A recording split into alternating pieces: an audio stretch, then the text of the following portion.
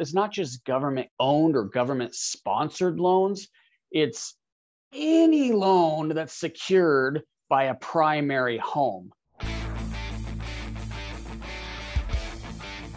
Hey everybody, Kevin Amalsh, Pine Financial Group, where we work together so you succeed. Hey, you found us here on Facebook, you found us here on YouTube. Please hit like, hit subscribe, share it with your friends, leave us some comments. We're trying to build a fantastic channel here to help more real estate investors just like you.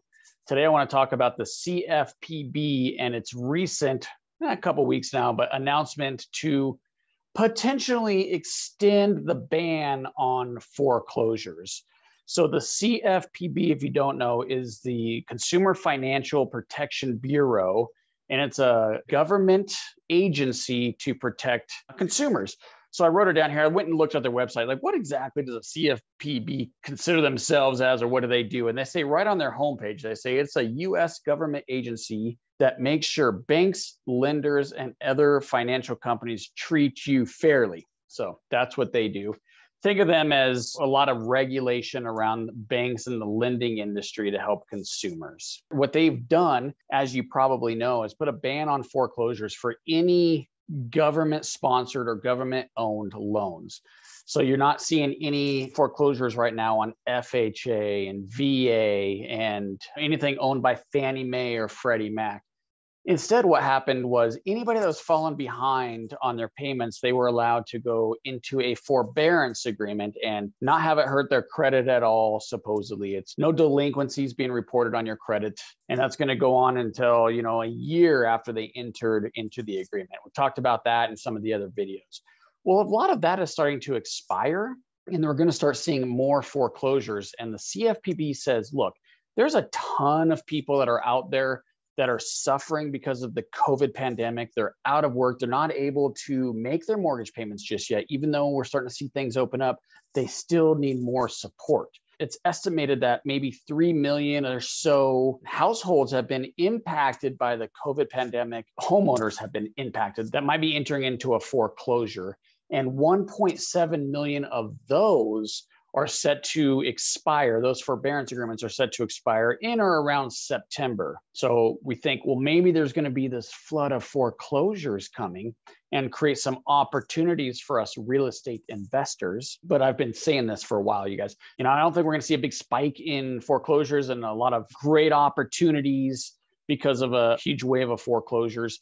And the main reason for that is because loan servicers are being encouraged to work with borrowers and modifications and payment plans, putting the payments at the end of the loan, just making sure that they can help them get caught up when they come out of forbearance.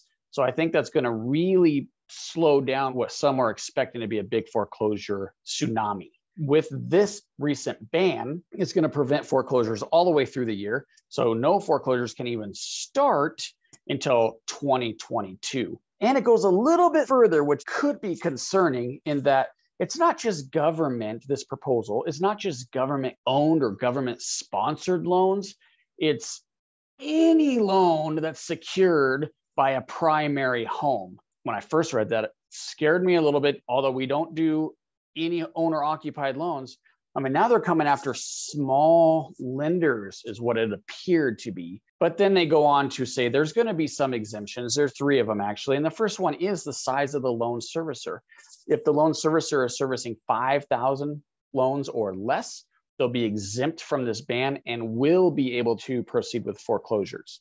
2, if the loan servicer can do some kind of financial analysis on the borrower and it is determined through whatever that analysis and system looks like that foreclosure is the only option, they no longer need to wait until the end of the year to start the foreclosure. They can go ahead and start that foreclosure now to just start working these foreclosures through the system. And 3, the third exemption is for non-responsive borrowers. So if the servicer's calling you and asking for a payment, if you can't afford it, call them back. Maybe there's a modification or a forbearance or something.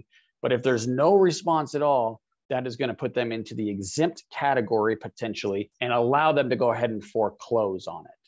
So what does this mean for you as a real estate investor? I touched on it a little bit. I don't think we're going to see the tsunami of foreclosures that some people are talking about.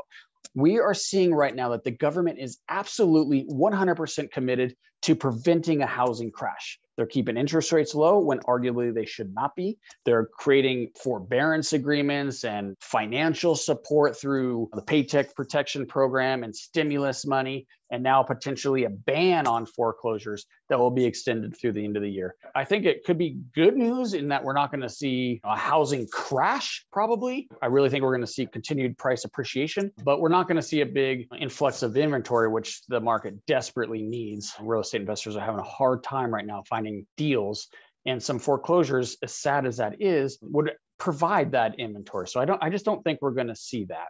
I guess that's my point here. I know we talked a lot about the CDC. That's another government agency that's trying to prevent evictions, is preventing evictions. So I find it interesting that they're going to say no evictions across the board, no matter what. And then the CFPB is going to say, oh, good news, we're not going to foreclose on you either if you're not making your payments, but we're going to limit it to, primary homes or government-backed loans or whatever thing. So it's hard to juggle all of this and how you fall and how you're going to protect yourself. But I just wanted to put that out there. There is a ban on foreclosures that's probably going to get extended. Good news is going to be some exemptions. So we'll start seeing some foreclosures start to drip into the market. Please leave me some comments. Let me know what you think about the foreclosure ban that's being proposed right now, or the extension on the ban that's being proposed, and anything else you want to talk about as far as eviction moratoriums or foreclosure bans. Leave us some comments. Love to interact with you, and check us out at pinefinancialgroup.com.